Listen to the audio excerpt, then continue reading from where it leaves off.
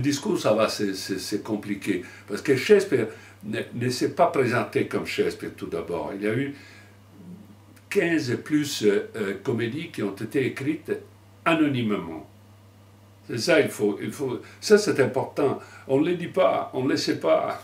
Comme on ne sait pas que dans l'entourage de Shakespeare, il y avait quelqu'un comme Florio, aussi on est plein d'interdits et plein de censure.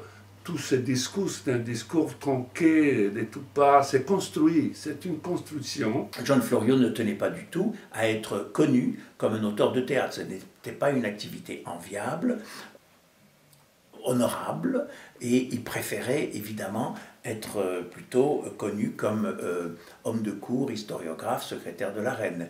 Et sans oublier que, étant d'origine italienne et juive de surcroît, eh bien, il préférait avoir un profil bas. Le fait que Florio soit un homme de cour, un traducteur, un lexicographe, un homme de la parole, et qui ne soit pas présenté qui ne soit pas présenté à l'histoire lui-même dans sa biographie comme auteur de théâtre, l'exclut tout de suite Mais il y a quelque chose de malin là-dedans, parce qu'il faudrait voir les autres aspects de sa personnalité pour être piqué par ce type. Mais là, c'est un prétexte, c'est un alibi. On dit, il n'est pas un homme de théâtre, donc on ne l'étudie pas. On a fabriqué de toutes pièces un héros, un génie parfait, dont l'Angleterre avait besoin à l'époque pour l'aider à C'était une époque de développement industriel et commercial de la Grande-Bretagne, et la Grande-Bretagne avait besoin d'une culture forte pour soutenir ce développement commercial. Donc il lui fallait aussi un auteur national. Alors on a inventé cet auteur national génial qui s'est appelé William Shakespeare. Et depuis, on n'a pas remis en question vraiment l'existence de ce héros.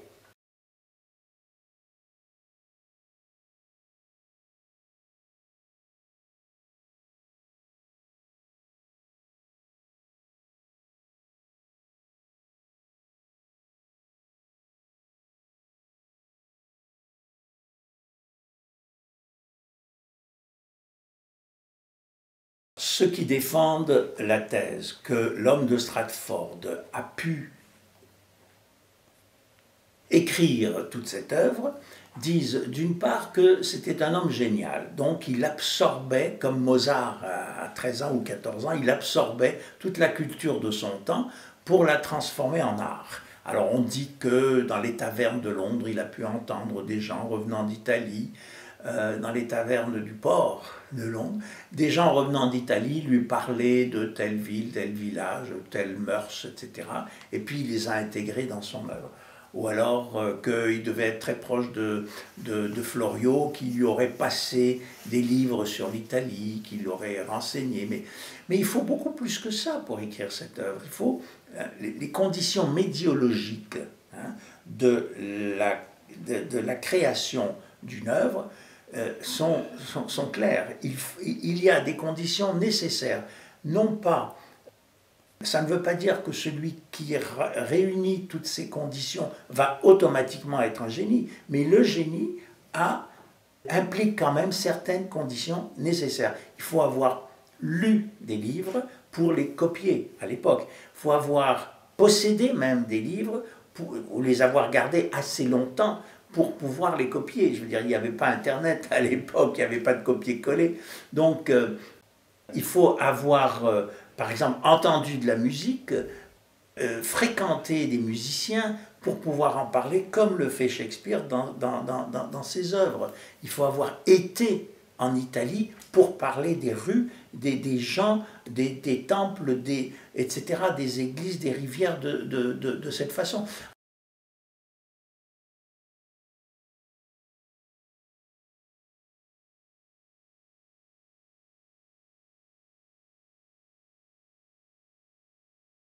John Florio ne perdait pas de temps.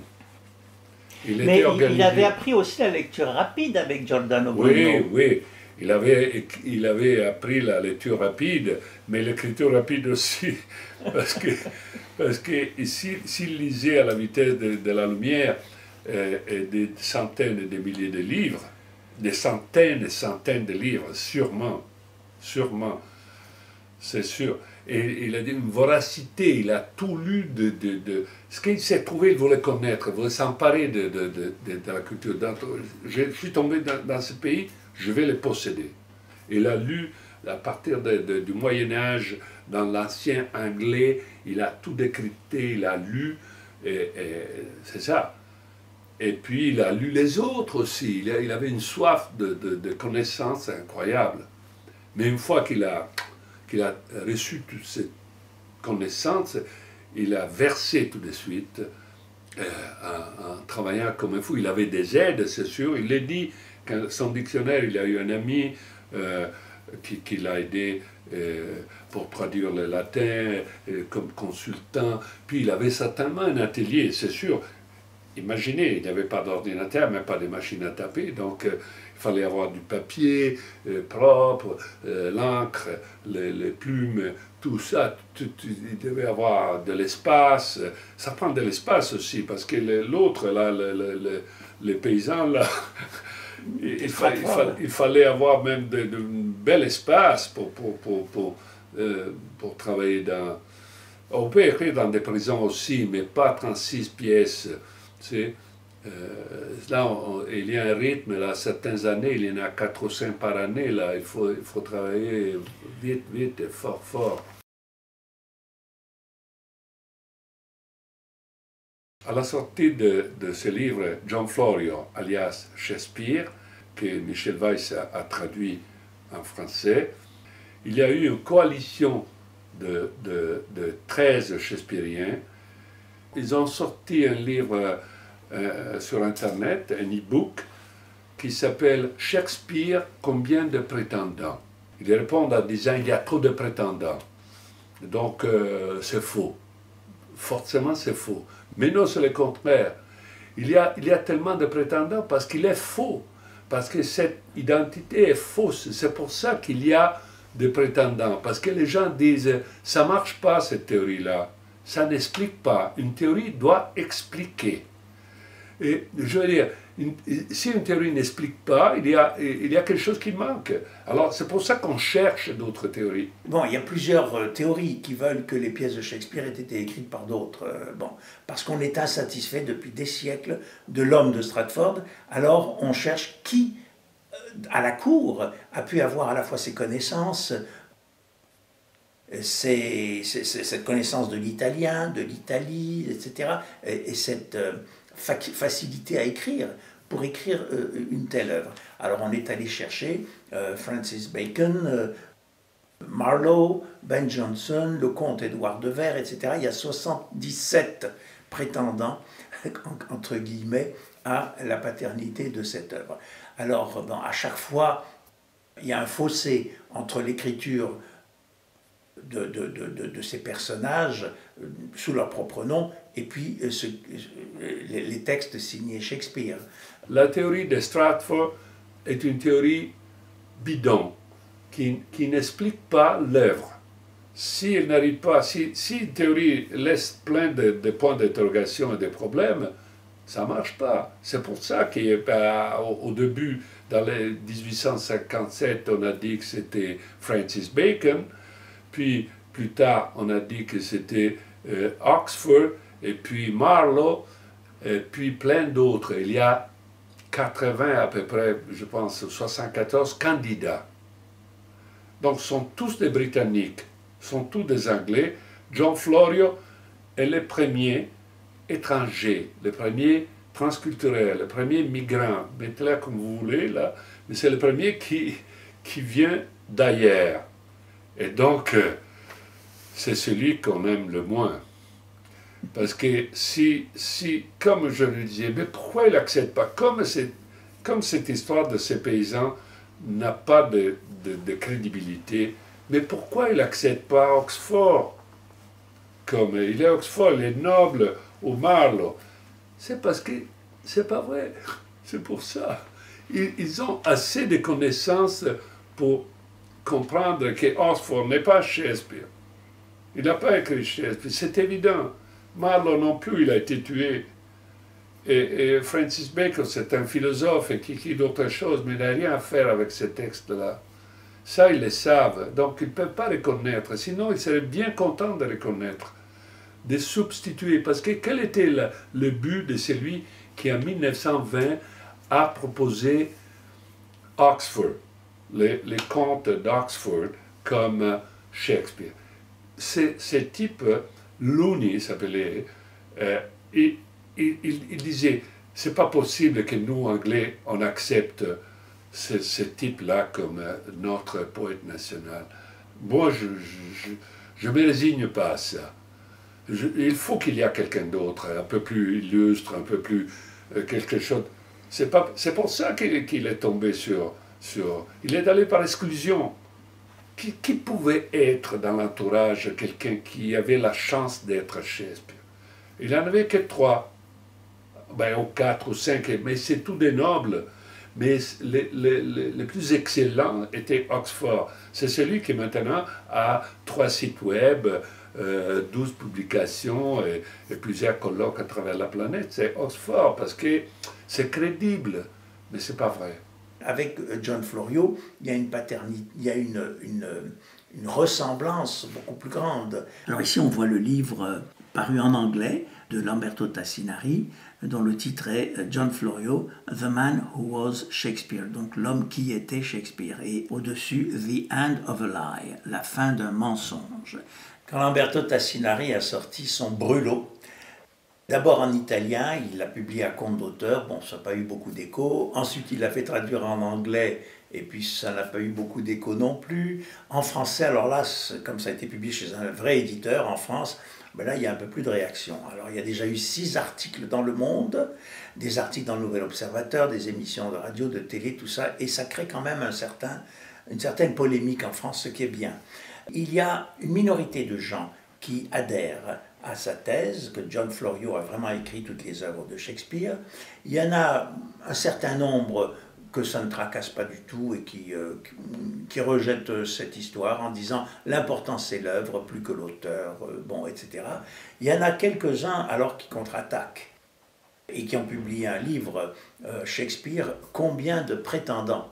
Alors ça dit tout, c'est-à-dire il y a 14 chapitres où on présente d'abord Daniel Bougnoux, celui qui a écrit la préface du livre que j'ai traduit, donc Daniel Bougnoux présente le cas Florio, et ensuite il y a 13 autres auteurs qui tapent sur Florio et qui disent que c'est qui renvoient cette théorie de Tassinari comme quelque chose d'insensé, quelque chose d'abracadabrant, de farfelu, etc. Et qui disent pourquoi niez-vous à un homme du peuple, un homme qui vient d'un milieu pauvre, d'une petite province anglaise, pourquoi niez-vous la capacité d'être un génie?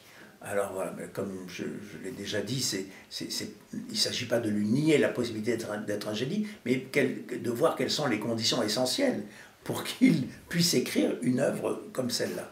Alors la bataille est loin d'être gagnée, mais même en Angleterre, on trouve maintenant quelques professeurs qui s'approchent de la vérité, comme Saul Frampton, qui a publié dans The Guardian de Londres une page entière disant que finalement Florio a dû être le editor de Shakespeare, c'est-à-dire il a dû être son réviseur, parce que entre les pièces publiées séparément dans les éditions In Quarto et le First Folio, il y a des différences. Ça a été publié à peu près à 30 ans de distance.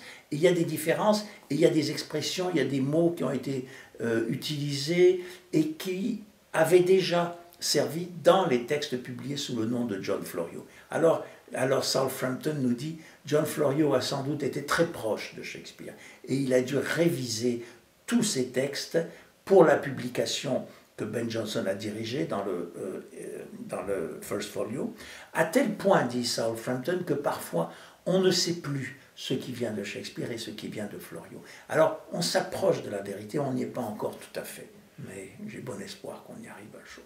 Alors, quand le mot vérité est employé, il est lourd de sens.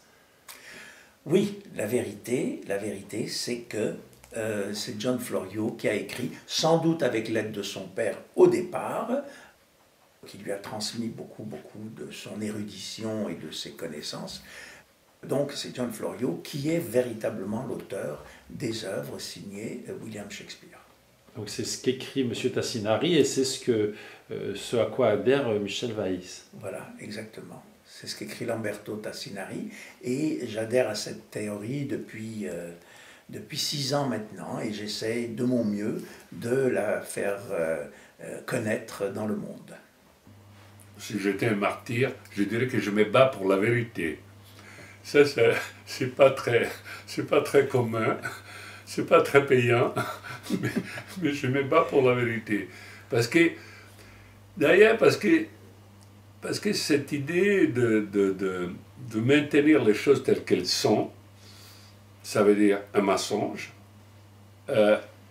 c'est vraiment se plier à une autorité. Et c'est quelque chose de religieux que je déteste.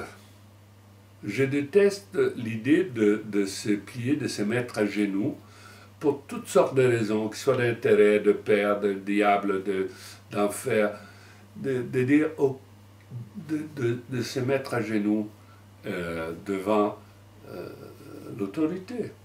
Alors, et puis quand l'évidence n'est pas là, pourquoi accepter ça?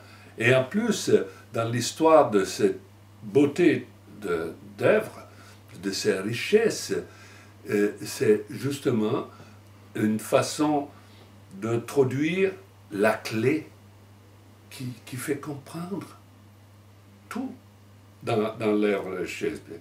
Parce que sinon, on prend ça comme si c'est tombé du ciel. C'est un météorite qui tombe dans les campagnes de Londres, et on dit, et là, soudainement, un génie universel. Quand j'en parlais aux gens au début à Montréal, je disais, mais non, mais Shakespeare, celui de Stratford, c'est un paysan russe, il a rien fait. Il me disait, mais non, mais c'est un génie universel.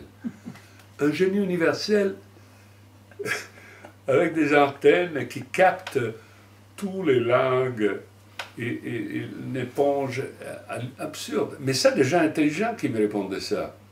Je veux dire, donc c'est les silences du cerveau total. Donc les gens se ferment les yeux et c'est la religion. C'est la religion dans le pire sens, c'est pas la passion religieuse, ça je comprends ça, mais croire, ça c'est la croyance aveugle.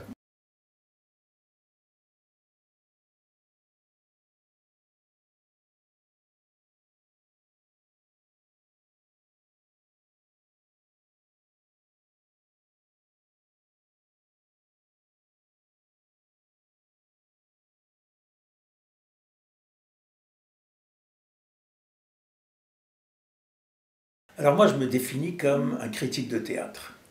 C'est-à-dire que je vais au théâtre très souvent, depuis longtemps, et j'en laisse des traces. J'en laisse des traces dans les médias, j'ai fait de la radio pendant très longtemps, à la chaîne culturelle de Radio-Canada, j'ai été rédacteur en chef de la revue de théâtre Jeux au Québec. Et puis, évidemment, je connais Shakespeare comme tout le monde, j'ai vu beaucoup de pièces de Shakespeare, je l'ai étudié, je l'ai enseigné. Puis un beau jour, alors, il y a ce monsieur qui me téléphone, Lamberto Tassinari, qui m'appelle à la revue Jeux et qui me dit « Bon, je vous ai envoyé un communiqué pour vous dire que j'ai publié mon livre en anglais, John Florio, The Man Who Was Shakespeare ». Alors, il me dit « Est-ce que vous l'avez reçu ?» Je dis « Oui, j'ai sans doute reçu ce communiqué, mais vous savez, c'est pas la première fois que j'entends dire que quelqu'un a découvert qui a vraiment écrit les pièces de Shakespeare. » Et c'est pas quelqu'un qui m'empêche de dormir la nuit. Moi, ce qui compte pour moi, c'est l'œuvre, plus que l'auteur derrière. Je sais qu'on s'interroge beaucoup depuis des siècles sur la paternité de cette œuvre monumentale qu'on attribue à un un homme de Stratford, hein, un comédien, impresario, enfin un producteur de spectacles, qui ne semble pas avoir les qualités nécessaires pour avoir écrit cette œuvre. Mais je dis, vous savez, M. Tassinari, c'est pas vraiment quelque chose qui me tracasse beaucoup. Alors il m'a invité à aller prendre un café avec lui, et il m'a donné son livre que j'ai lu, et j'ai été complètement renversé par la profondeur de sa recherche, par l'étendue et surtout, j'ai vu là quelqu'un qui n'a pas d'œillère, quelqu'un qui n'est pas un spécialiste de Shakespeare, mais qui découvre des choses. En fait, c'est des choses qui lui tombent dessus. Et il les découvre sans les avoir vraiment cherchées. Et là, il essaie de comprendre.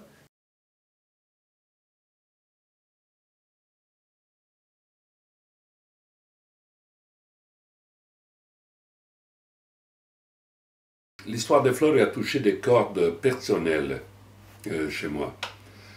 Et je me suis pris pour un Floriot. Je me suis retrouvé, disons, miniature de Floriot, de Shakespeare. Miniature, hein, faut pas... Donc, un Lilliputien qui se trouve à Montréal, confronté à une ville arpentée par plein de gens de toutes sortes, qui parlent plusieurs langues.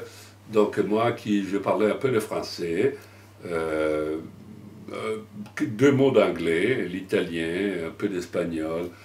Mais là, 2 ans plus tard, j'ai créé avec d'autres gens un magazine, une revue transculturelle, dans le sens que ça s'appelait Vice Versa, et s'agissait de trouver un autre sens à l'immigration, ça veut dire au déplacement, au voyage, qui n'était plus la pleurnicharde, l'histoire exclusivement économique. C'était plutôt un déplacement d'enrichissement, de connaissances, les voyages comme connaissances en effet. C'est ce que sans le savoir, tout immigrant, même les migrants les plus économiques, les moins éduqués, il apporte des choses. Et il reçoit des choses, il y a un échange. Il apporte des tomates, par exemple. Il apporte l'habitude de faire un jardin potager. Et il reçoit plein d'autres choses. Il apporte des accents, il apporte même un accent qui change l'accent local. Une fois que ces immigrants apprennent la langue, ils la modifient, la langue du pays hôte. Il y a un échange, il y a une osmose. Alors, nous, on avait dit, on le fait en français, mais aussi en anglais et en italien. Et chaque texte qui est présenté dans ces magazines ne sera pas traduit dans d'autres langues. Et alors, il y avait des Québécois qui nous avaient dit, mais moi, je perds les 20% de ça, donc je ne devrais pas payer 2 $, mais je devrais payer... Il y a eu des gens qui ont dit ça, parce qu'ils n'étaient pas très ouverts à la diversité, et ne mangez pas cette histoire de ne pas traduire, parce que l'anglais, c'était la langue de la conquête, pour les Québécois de souche, certains Québécois de souche. Et la conquête, évidemment, ça ne fait pas du bien. Être conquis, et vivre ça comme une blessure, pour certaines personnes, c'est difficile à vivre. Mais il ne faudrait pas vivre ça comme ça. L'anglais ce n'est pas le même. On n'a pas d'épée, il n'y a plus de canons. C'est autre chose. On peut prendre l'anglais, le maîtriser autrement et le désamorcer. Nous, on a désamorcé l'anglais, je crois, qui n'était plus un outil d'offense. On ne le vit pas comme ça. Moi, je ne le vis pas comme ça. Je peux parler anglais sans me sentir colonisé. Et même les Français. En définitive, ça change beaucoup de choses de savoir que l'homme qui a écrit toute cette œuvre était un migrant. C'était quelqu'un qui est arrivé d'un autre pays, qui avait une hérédité qui n'était pas du tout anglaise, mais qui a essayé d'enrichir son pays d'adoption. C'est une démarche tout à fait immigrante que Tassinari connaît bien parce que lui-même est arrivé d'Italie au Québec et il a essayé d'enrichir la culture québécoise française, anglaise, à partir de son propre patrimoine culturel.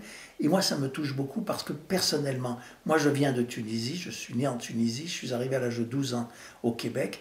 J'ai découvert une nation québécoise, francophone, entourée d'anglophones.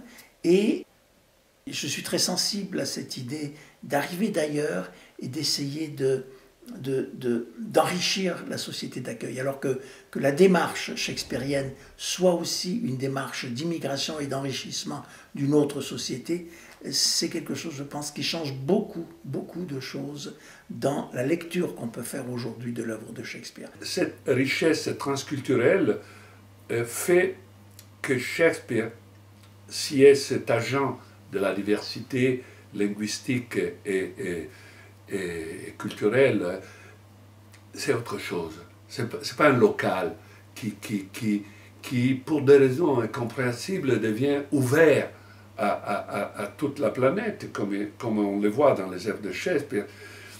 Et donc, son universalité, une fois que John Florio s'affirme comme le véritable Shakespeare, n'est plus une universalité imaginaire.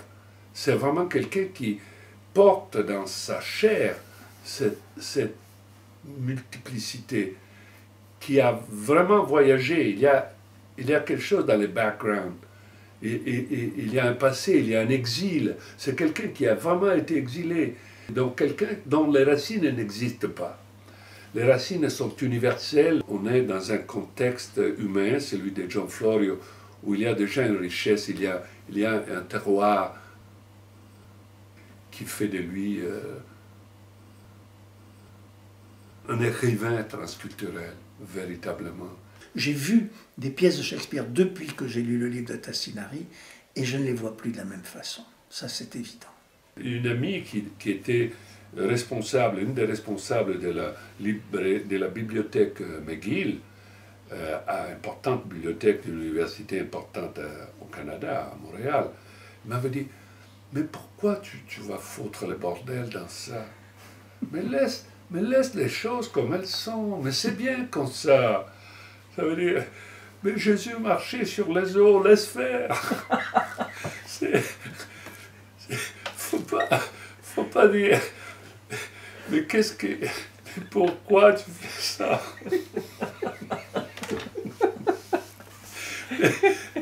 Un ami italien qui travaille dans un musée, elle était juive anglophone, celle qui m'a dit ça.